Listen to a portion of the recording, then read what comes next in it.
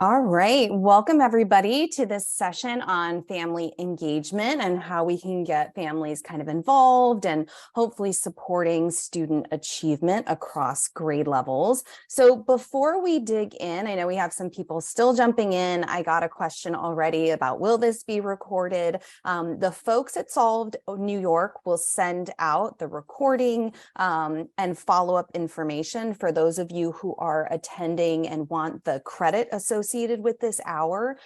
They will contact you after today's session. So you don't need to give me any information in order to get that. As soon as you log in Zoom and you attend live, it captures you and it knows that you attended. So they can hook you up with your unit kind of verification as well as the recording. And I think they reshare any documents that I have provided as part of this session. So for anybody who has joined me on an earlier session, you know that I put together a resource document for you to go with each of my webinars. Just that way, when you're leaving today, hopefully you have some idea of a strategy or a tool that you're excited to try either immediately or as you're thinking about next year. And so the resource document is just intended to kind of give you anything that you see in my presentation so that you can make a copy of it, so that you can modify it to use with your students as you're moving forward and trying to engage your family. So in the chat window right now, and I will try to remember to add this resource document throughout the session. I am going to put this resource document right in here for you. It also has a PDF of my slides in case you want an up close version of that as well. I'm also going to change the chat so that you guys can chat with anyone and post your ideas in the chat window. So if you have questions as we go through today, feel free to put those in there, and hopefully at the end of our time together, I can make sure that anything that pops up gets addressed so you guys don't leave with any kind of lingering questions about any of the content from today. Another kind of norm when I work with educators is just to model the value of always beginning time together with a welcome activity. So whether I am teaching a class, whether I am leading a training or kind of facilitating some workshop, I really want to start with conversation, mostly to model the value of doing this with learners. I think so often in the beginning of the school year, we as educators are really focused on building community and helping students to form relationships. But as the year goes on, we kind of dive into content, and some of those conversations, some of those moments of connection are not integrated into kind of the fabric of our day. So we might not start with a welcome activity that allows our learners to connect and have conversations. And I think that's a really important opportunity that we have. And especially as we're kind of coming to the end of one school year, taking stock of what went well and what was challenging and thinking ahead to a new school year, weaving these conversations into your class can be just a wonderful way over the year to continue helping students make connections and feel kind of safe and realize that they have commonality with the people who are in this physical space with them. So in the chat window, if you guys could take a moment to just introduce yourself, where you teach, what you're curious about learning today, you're welcome to do that. I also have one of my icebreaker questions here. So if you feel like answering it, the question is, if you could travel to any moment in time, past, future, where would you go and why?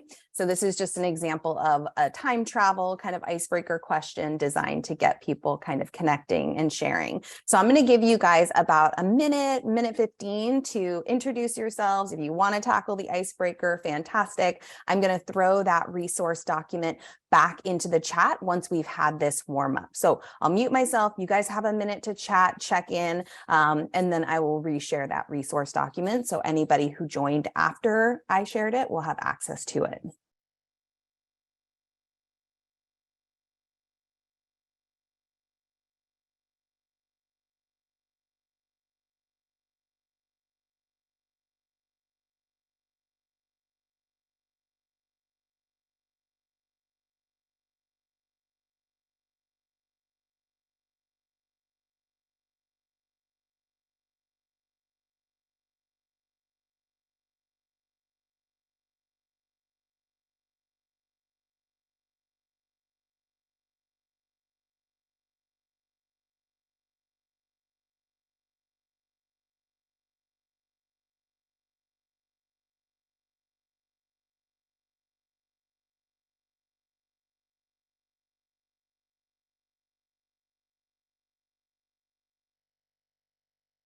All right, a lot of grade levels, a lot of paraprofessionals with us today too, which is very, very exciting. Definitely, I know that family engagement was something that I spent a lot of time working with educators on during the pandemic, and like, how do we get families supporting learning at home? But I really think this conversation about getting families engaged is such an important one, regardless of whether we're in a traditional school setting, kids are working in a remote learning environment, or there is some kind of blend of the two.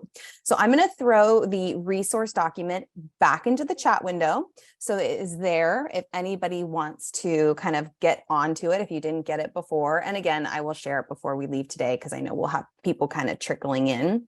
So you guys shared kind of where you're from. Like I said, I modeled kind of an icebreaker activity, and you'll notice one of the first things on your resource document is a slide deck with lots of conversation starters, like that icebreaker question that I just posed to all of you. So if you're looking for some inspiration, trying to kind of figure out next year, how do you want to focus on community building, know that this entire slide deck has a bunch of different check-in type of questions. You're welcome to make a copy or bookmark and use with your students.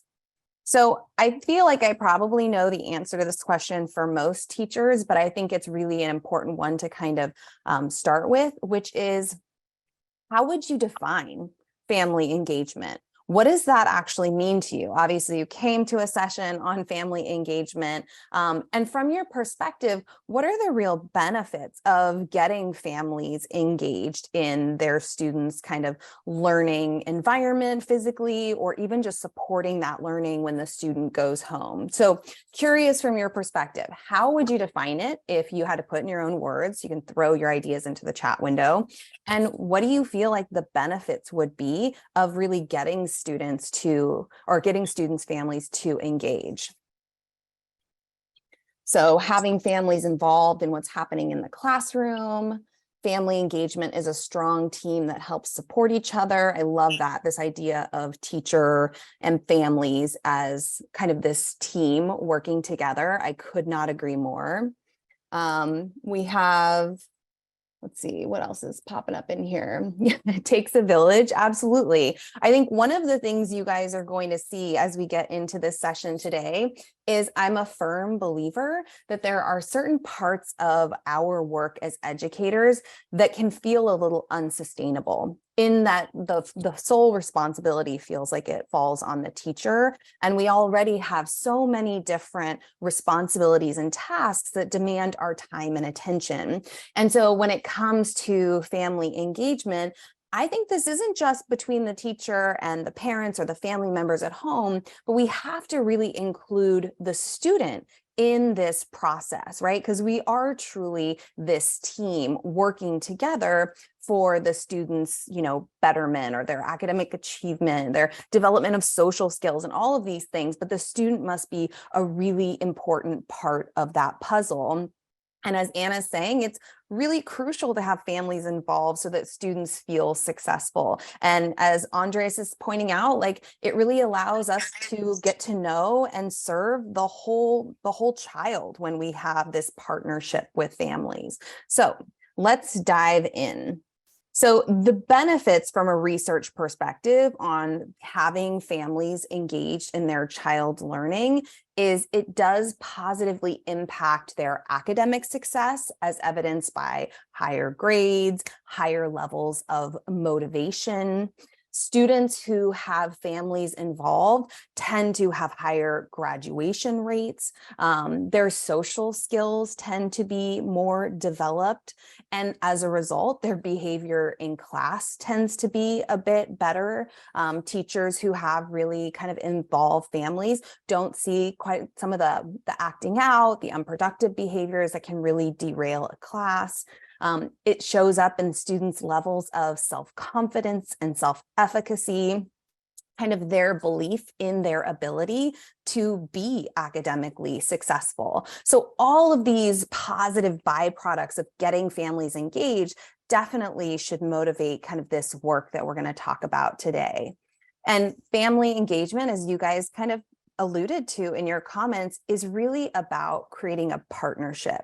So family engagement involves a partnership between teachers and families to support students in making progress toward learning goals, right? It's so much easier when we are working with the people at home who, quite frankly, were our students' very first teachers, right? They may not have training in pedagogy and all of the things that a teacher who's gone through credential school or a teacher program has, but they have worked with their child from the moment their child was born to develop specific skills, to teach them vocabulary, how processes, right? And so really acknowledging that that family was the first teacher or the first set of teachers, and how do we keep them engaged as students move through school? Because what we end up seeing is you have a percentage of parents who will come into the classroom when students are young and they'll volunteer, right? They'll volunteer for all kinds of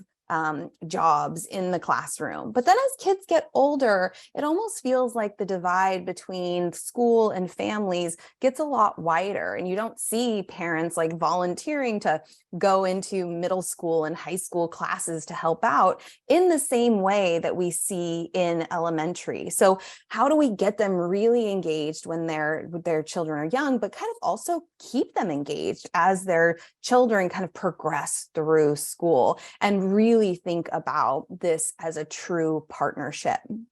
And from a teacher perspective, that means there needs to be real kind of a real focus on things like communication. And then on the family side, how do we make sure that they're really able to listen and take in that information? They feel they can be true collaborators with us as the teacher, that they actually have some voice and agency in relation to their child's education.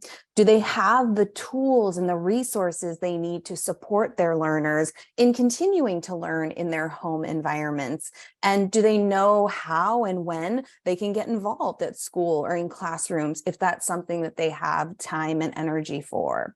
So from a teacher perspective, in order to position families to be our true partners, we have to really focus on communicating, clearly and consistently, sharing information, whether that's information about assignments their students are working on, whether it is updating them on student progress and grades, highlighting important dates that they want to kind of keep on the family calendar so that, they're not surprised by something coming up, whether it's a field trip or a project deadline or an important assessment.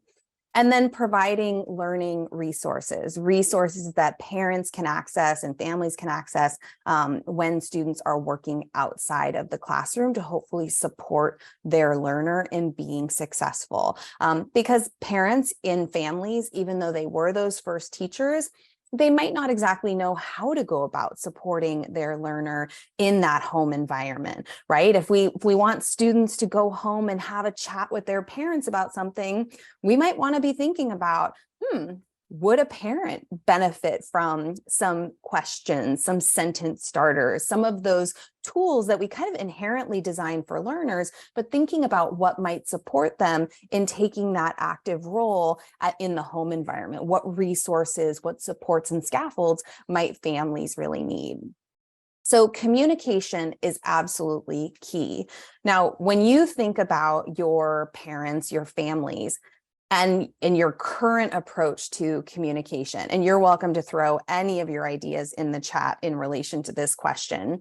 How often do you typically communicate with your students' families, specifically like about their progress in your class? Do you have a strategy for that type of communication? How frequent is it? Where does that communication live? Is it in emails and updates from a, more of like a grade program or book or online grade book? What normally motivates your communication with parents? Like, what is that? What are those things that kind of trigger parent communication for you? And then what form does that communication typically take? If I had to guess, I would say most teachers, they might be updating their parents on progress in a couple, like every few weeks, an update of some kind. Some teachers are so spread thin that it's like when progress grades go out, that's kind of when parents get their update. They're not getting regular updates about their students' progress. And then often what motivates a parent or teacher to parent communication is often like something not great happened, right? We have a lot of students. If we're in elementary, it's a 1 to 30-ish ratio. If we're in secondary, we might have anywhere from 150 to 170 students. So, regularly communicating with that many families about student progress is a really daunting task. And often it is motivated by an unproductive behavior, or a student is falling behind on an assignment. Instead of being proactive communication, it often feels so reactive, right? And then the only time some of us are having regular chats with parents is when something's gone wrong, it's a hard situation, and kind of sets us up to not necessarily feel like we're partnering with parents. If the only time we ever chat with parents is when something's wrong, that doesn't create that kind of collaborative, kind of ongoing partnership feel. So we have to figure out, how do we create workflows that allow us to communicate with parents? And yeah, there's a great comment in the chat. Like, some people will use a tool or platform like Class Dojo to kind of allow parents that windows into the classroom so they can kind of check in on their students' behaviors. It gives them updates. You can share images and things of students working. And so something like a Class Dojo can kind of expedite that process from teacher to parent. So as we lean into parent kind of communication, the questions we want to consider are, how are parents and families receiving communication? Is this something like papers sent home or digital communication of some sort, whether it is announcements through Class Dojo or a text app like Remind, or a specific place on your website where you are constantly updating kind of information to reflect what's happening in the class. You might also want to be thinking about how families are going to learn about this location online where they're going to access information. How do you support that process? So that they know you're going to be going to a website, or you're going to check in on your child's learning management system, or maybe there is this ongoing kind of back and forth kind of conversation happening on a shared document or slide deck, which we'll talk about a bit more. You want to make sure parents know where to look, when to look. If they're going to be getting messages on an app, obviously that's something you're going to want to onboard them to. Most of us do that at the beginning of the year at like a back to school night, but it's really important, if we're posting information online, that our students' families are going to know where to access it. I think another piece of this puzzle is making sure families know the best way to contact you, whether that is email, whether it is using an app like Remind and having a parent group where they can send a message, and then giving them some realistic expectations for, if your preferred mode of communication is email, then how long can they kind of expect to wait for a response? Do you try to do that within 24, 48 hours? I think being really explicit about that just sets some clear kind of boundaries and expectations when we're working with parents. So really important to think about how they're going to receive it. How do we make sure they know where to go for information, how to contact us, and then what is the realistic kind of wait time they might experience given all the other responsibilities we have. Now, one of my big areas of focus in the last 2 years has been thinking about, how do we shift workflows from often what feel like very teacher-centered, time-consuming, often frustratingly ineffective workflows, to more student-centered, sustainable workflows, right? We're the only teacher. We have a bunch of students. It seems like a real shame or a missed opportunity not to start to teach our students how to lead communication with their families.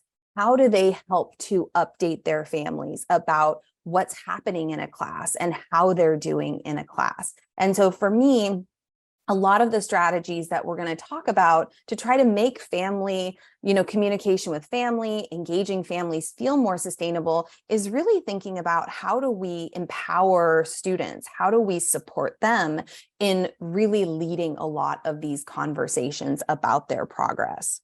So in our book, The Shift to Student-Led, Dr. Katie Novak and I say that just as teacher-to-student ratio creates imbalances and time-consuming workflows, the sheer number of parents and families creates challenges in effective and consistent parent communication. Research has shown that not only can school and teacher communication lead to higher levels of parent involvement, but so does student-initiated communication. So not to overlook the power of helping students to develop the skills to communicate with their families about what is happening. So one of the strategies that can be very useful to explore is building a routine into your class where students are giving their families either an audio, like a recorded update, or an email update about the class, their progress, some aspect of what's going on in their work. And so the benefit of thinking about a bi-weekly, so just doing it maybe twice a month to keep parents in the loop, is really that one, it requires students take ownership of their learning, their progress, their behavior. For anybody who was with me in the last session around metacognitive skill building, this is a really important kind of part of that. As we develop learners who are able to think about their thinking, think about their learning, they really should also be able to take ownership over communicating about, this is where my strengths are. This is where I'm feeling frustrated or I'm struggling. This is where I would need more support. So the more we develop that kind of metacognition in our students, helping them to kind of track their progress, think about their learning, the easier it is for them to own the conversation with their parents about what is happening in the classroom and really developing a higher level of self-awareness, which we know is one of the core competencies of social emotional learning. As students take responsibility for their conversations with families about their work in your classes, about their progress, it also has a positive impact on their self-regulation skills, their ability to regulate their behavior, and ultimately can help us to cultivate the expert learner profile, right? And an expert learner is somebody who understands their strengths. They understand their limitations. It doesn't mean just because they're an expert learner that they're good at everything, but they have that kind of resourcefulness. They can be strategic. They're more motivated, and they understand themselves more as learners, which is very, very powerful. Now, if anybody has ever like received a student email, you are well aware they have no idea how to write emails, right? As a high school English teacher, I got so many emails that read, I need this, just like fill in the blank with whatever it was they needed. And I just wanted to like scream because I'm like, that is not how you write an email. No, there was no hello, Miss Tucker, no like detail in the body of the email, no close, no like, thanks, I appreciate your time, student's name. And so I remember at the secondary level thinking, okay, I want to update my parents. I want to communicate more with my families, but I just don't have the time to do this. This is something that like, if it falls only on me, parents are only going to probably hear from me unless if their kid's doing something amazing or their kid's doing something we need to troubleshoot.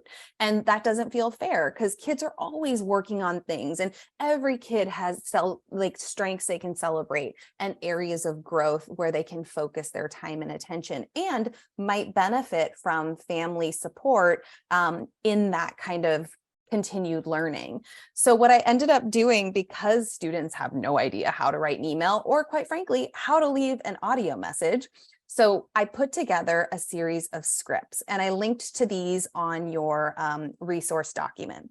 So one of the scripts that students could choose from when they were updating their parents was celebrating strengths and areas of growth. And so literally each script breaks down how they would go about writing this email, or walking and talking through an audio update. So hello, and then everything in brackets is what they are updating. Name of the person receiving the email or audio update. So mom, dad, grandma, cousin, like whoever's getting this update, let's put their name in there. In name of class, I've been working on describe area of focus. I've demonstrated growth, and for younger learners, you can adapt this language so it's much more simple, but I have grown in, and they can state a particular area or skill. I believe, and then insert tasks, behaviors that they feel like led to their growth. And then I continue to, or I plan to continue, and then areas for development or new areas of focus.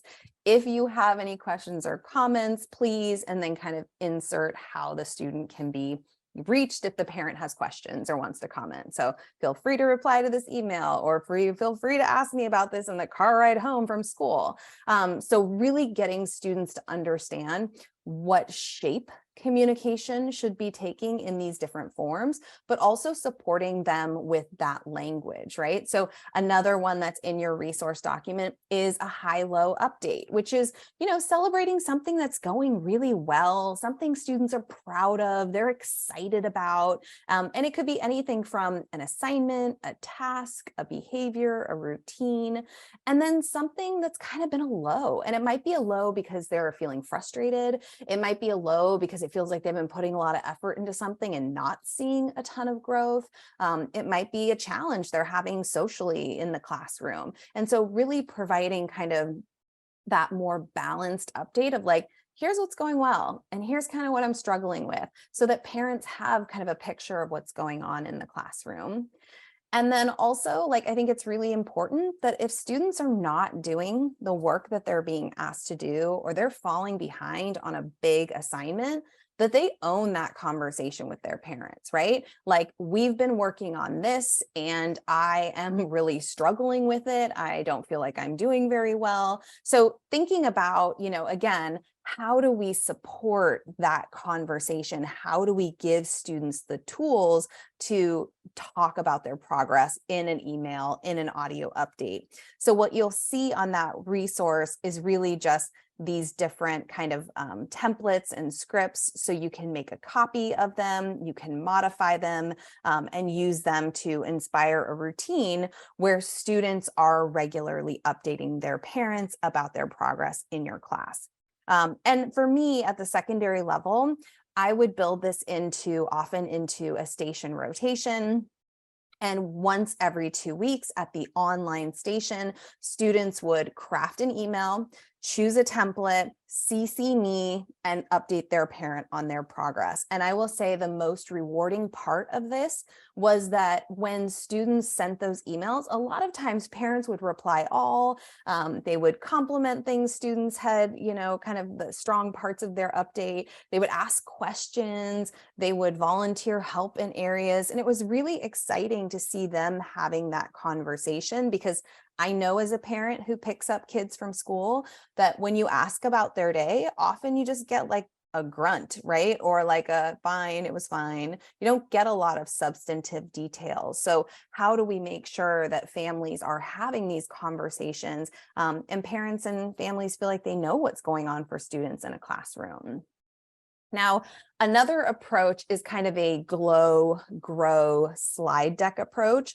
A lot of the time when I work with elementary teachers, we're trying to figure out how do we take some of these strategies and adapt them for younger learners, creating workflows in a classroom that feel sustainable with these younger learners, right? So often when we're onboarding students at a younger age to audio updates, we'll do that at a teacher-led station in a rotation, so that students have support the first few times they're doing it, so that they can reach out to families. But another opportunity is to think about really kind of embracing that here's where I'm growing, here's where I'm glowing, kind of creating a more balanced update that really requires students to reflect on what's going well and what they need to continue working on.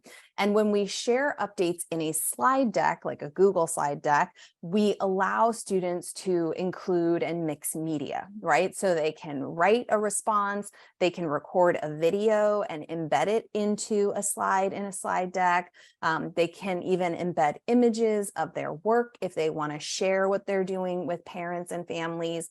And it can create a clear path of communication that one slide deck shared between learners and their families or somebody in their family, that one slide deck can be updated over the course of the school year without parents having to track down a variety of different online resources to kind of hear how their child is doing or what's happening in the class. So one of the templates that I included on your resource document is just a simple glow, grow slide deck. And what we do, especially for younger learners, is when I'll work with elementary teachers, the beginning of the year, they create a glow, grow slide deck for each student, and they share it with the student. They also create a link that can either be shared directly with the parent, or even sometimes I'll work with teachers who will use a link shortener, something like bit.ly or tiny URL. And you can get a free bit.ly account, and you can actually change the link to be the student's last name, first name, school, the year of the school, that school year, and then share that naming convention with your family so they can always access the slide deck and let them know. Every 2 weeks, your student is going to add 2 new slides to the top of the slide deck. So over the course of the year, that slide deck is going to grow, but the most recent updates will always appear at the top. So as long as parents have the link to their child's glow and grow slide deck, the student can update that deck all year long and parents can have access to it.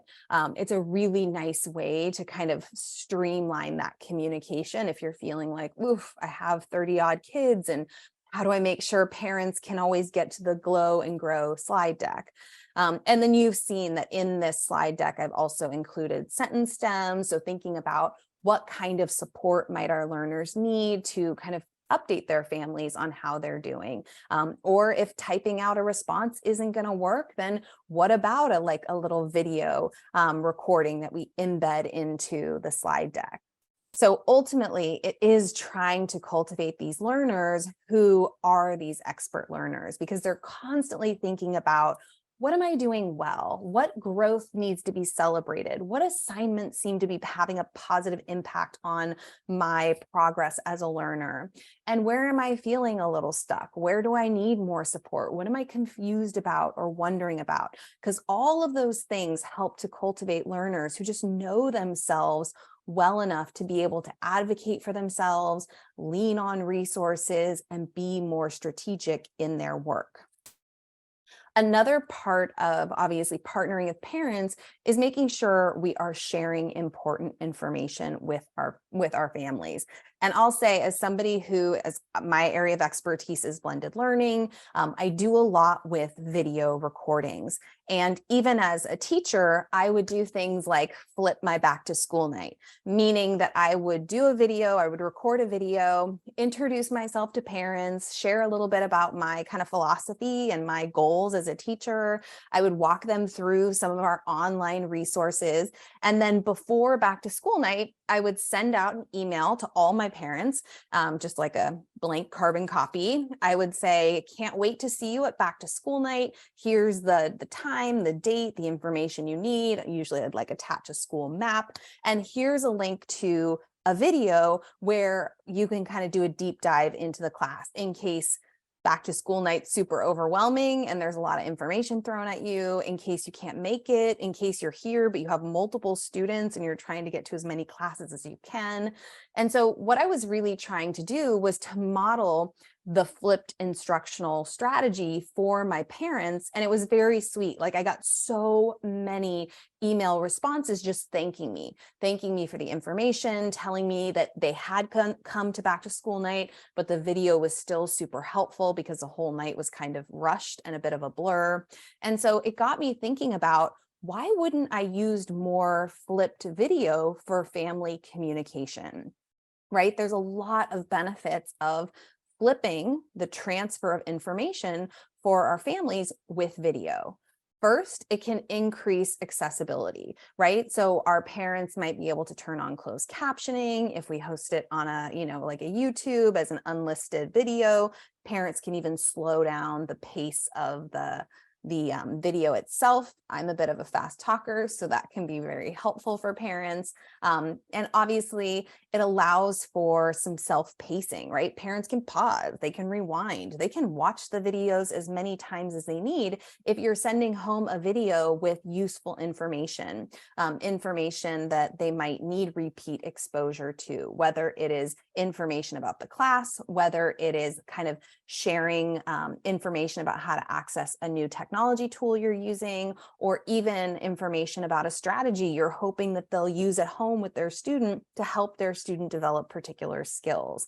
And video over text just feels more detailed, it feels more thorough, it feels more personal. So thinking about trying to connect with our families via video.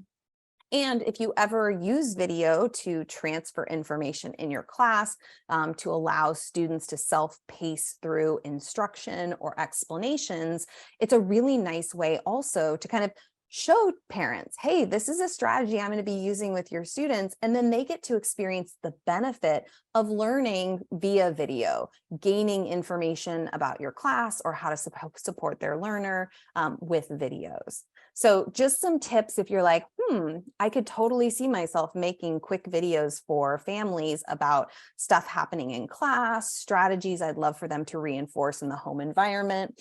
I think the biggest kind of note of caution is that research has shown the biggest variable or the biggest factor when it comes to engagement with videos is the length of videos. So we want to keep our videos as short and focused as possible to increase family engagement with the information, right? Because if they open it up and it's like a 10-minute video, some families might just be like, I don't have time to do this right now, and might not come back to it. If it's a 2-3 minute video, then that feels like a quick, easy thing to maybe engage with. I would use a screen recording tool. You could use something like Loom, Screencastify, QuickTime. Your school might already, because of the pandemic, kind of recommend a particular screen recording tool. But the goal is not just to have like the video of you, but you might be walking parents through an online resource or showing them something, walking them through a digital document with resources. And in that case, it's really nice to have a recording tool where you can show the information as you're talking through it, show online resources as you're kind of going through them. And if you can add closed captioning, that would be very helpful from an accessibility perspective. So adding them to Screencastify or Loom, if you're using platforms like that to do your recordings.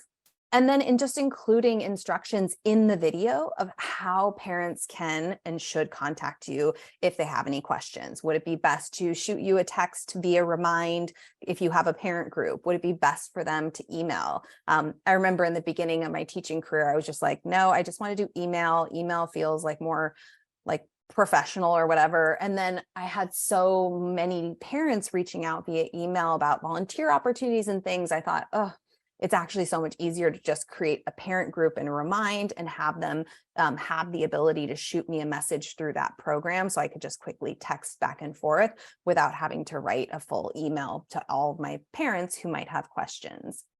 Now, what's interesting is when my daughter on the left-hand side here was young, I got a lot of updates on paper. And it was hilarious because I would literally come to pick her up from kindergarten, first grade, I think even into second grade. And she would just have like paper pinned to her shirt. And often it was like a paper newsletter with updates or a parent letter about something going on. And as we kind of work with learners of different ages, we may be thinking about what is the best vehicle to get this information, general information, to parents. So it might be that very simple, low-tech pinning a note to our child's clothing, or it might be something like digital newsletters that go out, every month, kind of updating parents on what's happening in the classroom. The benefit of a digital newsletter is you do get kind of the statistics on the back end. You can see how many people are viewing it, get a sense of like what is the impact of this particular newsletter, and you can integrate things like images and links so you get more of a dynamic experience. But even with a newsletter, I was just working with a group of teachers in Kansas, and they were just expressing frustration. Like, we put together these newsletters, we send them out to parents and families. And then we have families that are like totally taken off guard that like there's a big due date coming up, or there's a field trip or some kind of event that they weren't aware of. And so how do we increase the likelihood that parents will spend time reading through these newsletters, whether they're paper or whether they're digital? And so one of the things I like to encourage teachers to consider is a student-designed digital newsletter. And the reason I would love for, again, students to own this workflow is it creates a newsletter that is more personal, right? It is personalized because the student created it. And from a family perspective, that is always going to be more interesting than a generic newsletter, right? That's about the whole class. And so how might we position learners to create these newsletters? Maybe they're working on one over time, over the course of a month. And then at the end of each month, they go out to families. And maybe that is something that gets printed out and sent home on paper. Maybe it is something that is shared digitally. But it really encourages also students to be aware of what are the important dates this month? Are there going to be field trips? Are there going to be speakers? Are there going to be events that parents and students want to be aware of? Are there key due dates? Is there a big project due? Is there a performance task due or a writing assignment due? These are things we want students to be really aware of as well, not just us, right? And when they have to create the newsletter and fill in the important dates and assignments, we really shift that responsibility to them to be more aware of what's happening in this class. You can also build in, again, for those of you who were with me in the last session on metacognitive skill building, we can even build in a place for like, hey, these are my learning goals this month, or these are my behavioral goals this month. These are things I care about that I want to work on. So parents know what students feel is a priority. And then hopefully there are spaces in the newsletter to either talk about or insert kind of evidence of some of the work they've done that they're really proud of. That if it's a digital newsletter, like the one I shared with you in the resource document, which is built in a Google drawing, then students can insert images, links, even, kind of think about, is there something online I've created I want to kind of guide my families to so they can see and appreciate my work? And students can think about, again, even in a digital newsletter format, what are things I'm really proud of? Where are areas of growth versus what do I know I need to spend more time on? What are things I'm kind of struggling with and need some additional support in relation to? So a newsletter like that can be customized by the student. They can change the formatting. And then again, often we'll just kind of weave it into an ongoing station over the course of the month. So students have a couple of sittings where they can work on their personalized newsletter for their families. I think another thing to kind of consider when it comes to that conversation about what's happening in class, another option, kind of like I shared with that Glow Grow slide deck, where you can create one slide deck at the beginning of the year, or the student can, and share it with their families, and then just update the most recent slides at the top. You could do something similar with this kind of Frayer model approach to sharing about what's happening in class. So I've basically taken the Frayer model and adapted it for a family or parent update with, the 4 little squares here that you're seeing. One being like, what is an area of growth you'd like to share? What are you particularly proud of this week? What's one area that you'd like to improve on? And how do you plan to make progress on this area? What goals have you set for yourself this week, and what support might you need at home to be successful meeting those particular goals? And then having an important due dates kind of coming up. And in the center, you can even have them updating their parent, like, this is my current grade in the class. Now, when working with much younger learners like preschool, kinder, first grade, these kinds of updates, if you want them to be personalized, what most of the teachers I coach do is they dedicate one teacher-led station, at least in a station rotation, or even if you just think about learning center rotations, to this conversation. So I was working with a kinder teacher and then a teacher who has a first and second grade combo. And at the beginning of the year, even the teacher with the first and second grade combo pulled this into their teacher-led station. They had just paper copies, and they had a conversation with each student where they were asking the questions and then kind of just writing what the student had to say in that moment, or kind of summing up with little bullets and what the student had shared. And then the kinder teacher did that all year long. And the first, second grade teacher with the combo eventually kind of started to offboard the process when students were familiar with it, and they were able to start to actually write some basic responses that offboarded that into an offline station. So definitely, as you think about working with younger learners, if you value this idea of them owning that conversation and, quite frankly, building it into kind of the fabric of your class, so parent communication isn't constantly following teachers into their evenings and their weekends and their prep periods. If you're lucky enough to have a prep period, then we want to figure out, how do we build it into the class? Because this conversation between teacher and learner about what's going well, where do they feel like they're making progress and growing, what are they struggling with, where do they need support, what's an important goal for them academically or behaviorally, that's an opportunity for us as educators to understand our students more while we're documenting what they have to say to share with their families. So there's a lot of value in that process, in those conversations. And so often I feel like, when we talk about our teacher responsibilities, things like communicating with parents, feedback, grading, it's like so often we take all these things into our lives outside of the actual classroom, when I think we could integrate a lot of them into class as these opportunities to build relationships with our learners and hopefully make this work a bit more sustainable. All right, the next piece is really providing those resources to support learning at home, right? Learning isn't, like, we know it's not confined to a physical time or space or classroom, and it's going to continue outside of class.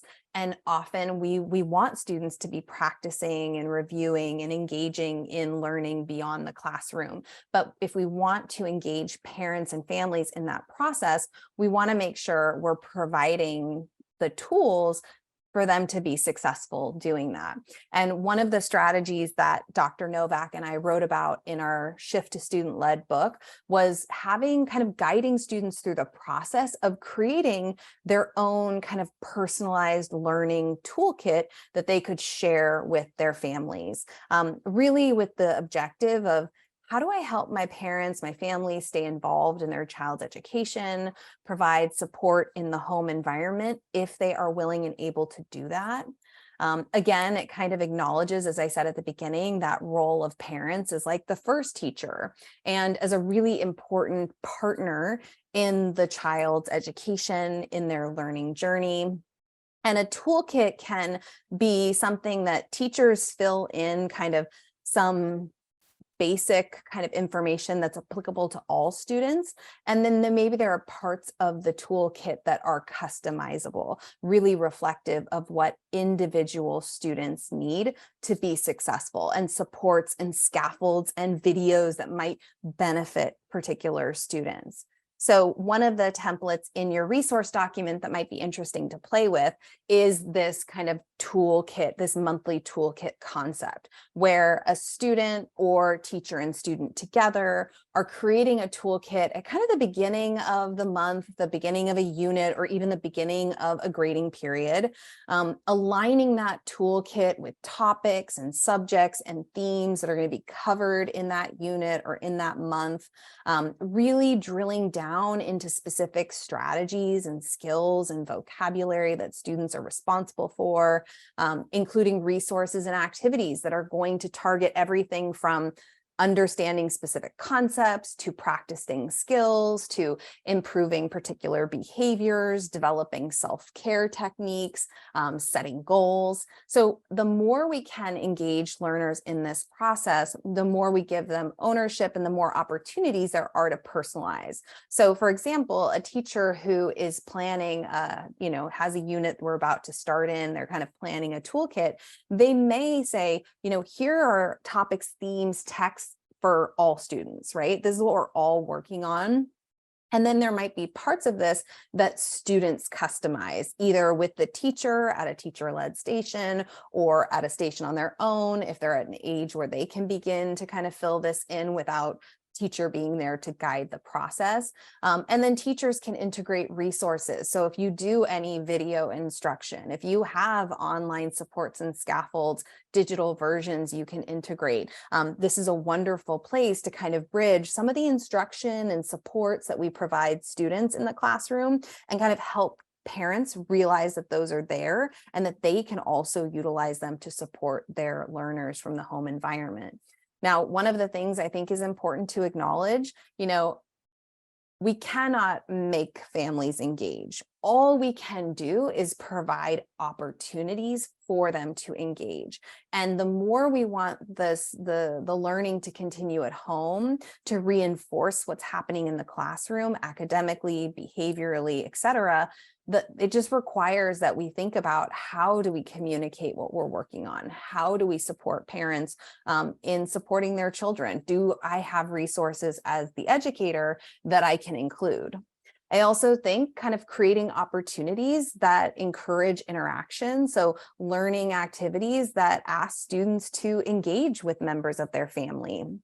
Maybe they're interviewing a family member to learn about a famous person, a time period, an issue, or a concept being studied in school.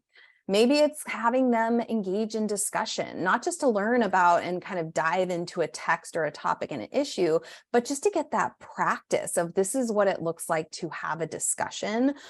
This is hopefully somebody in my home environment is like safe to kind of take risks in a discussion, practice discussion strategies with. So I was working with a 6th grade teacher who would send home like, here's the topic, here are some of the things that we're working on in this unit.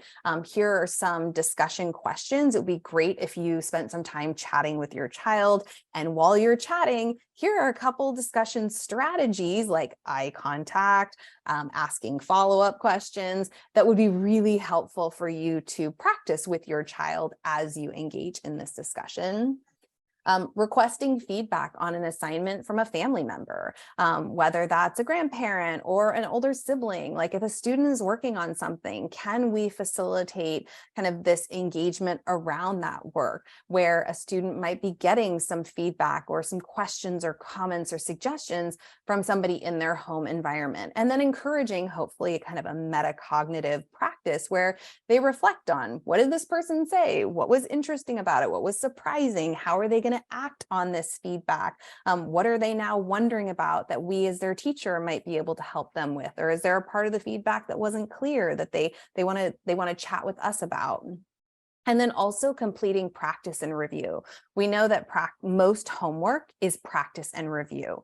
A lot of the kind of worksheets that students do in class, practice and review. But so often teachers scoop all that work up, take it into their lives to grade for accuracy. And so I wonder if there's this opportunity where we might invite parents to play an active role doing some of that check for accuracy. Can we provide an answer key or a really strong example that parents could use? I just want to think about, again, it takes a village. We want this to be a partnership. Like, why is the only person looking at this work thinking about it critically the teacher? It doesn't feel like a very sustainable workflow.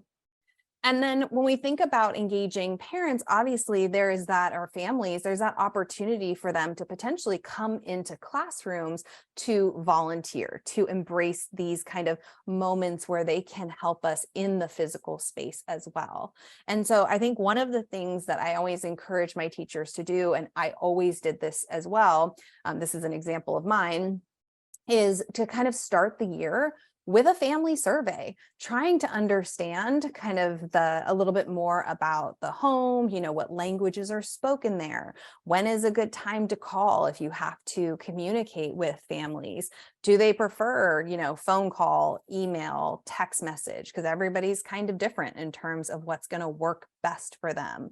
Asking kind of questions about even like technology in the home environment or access to reading materials, just to get a sense of how might we need to be supporting learners? Are we sending work home that they can actually complete given kind of what they have access in their home environment? And then asking questions that kind of like open the door for volunteering. Would you like to be on a panel if students are presenting a project or they're presenting something? Do you have like an area of expertise in terms of your career or experience in your life that might lend itself to coming into class and kind of supplementing what we're doing, sharing about a particular career? So really thinking about all of the different ways that parents might get involved, and we might leverage their talents and their time to enhance the learning happening in classrooms. So really, there are so many different ways to engage parents. I know when we're talking about most teachers think, oh, I need chaperones for a field trip. That would be a great way to get parents engaged. When learners are young and they're doing lots of tactile activities and tasks, thinking about having parents come in and doing the cutting and the material prep for a learning activity, so that's not always falling on the teacher. Maybe coming into class and giving them some of that basic kind of grading for accuracy work that tends to be so time consuming. Lots of parents might be able to dedicate an hour and kind of get through a stack of paper and grade it for accuracy if they have something like an answer key. If you use learning centers or stations in your class, maybe a parent could run a small group learning station, right? Or lead a reading activity or a discussion. Again, we have all of these parents in different fields with different expertise. So could they potentially come in and share their expertise or experience in a particular career field that's relevant to a unit of study or a project that students are embarking on? And then participating in a feedback or assessment panel. I think one of my favorite moments as a high school teacher was having parents come in and volunteer for like 30 to 60 minutes at a time on a parent panel, so that when students were presenting their work, it wasn't just for me, the teacher, it was for this much more authentic audience of their families and people from the community. And again, it just creates that kind of incentive for students to do their very best work because they have an actual audience, and parents are going to be giving them feedback or assessing their project with, I always gave them a very clear rubric, but again, a really interesting variety of tasks that we could ask parents. And not all parents obviously are going to have the time or expertise to be able to engage in all these things. But I think really thinking of them as a valuable resource is incredibly important. So just to model the importance of reflection in our wrap up, just wanting you to think about at the start of this session, kind of thinking about family engagement. What did you kind of used to think about how you'd go about engaging families? versus now going through some of these strategies? Did it kind of impact your thinking about family engagement and how you might engage your families? And if so, kind of what for you shifted or changed based on this conversation we've had? I really love this thinking routine as a way to just kind of understand how a particular experience, like the one we just had together, kind of impacts how you think about ideas. So if you are around May 8th and May 15th, I have 2 more webinars this month. May 8th is ensuring equity and access for English language learners across learning environments. And May 15th is how to create a social emotional learning kind of classroom and building in those skills and core competencies.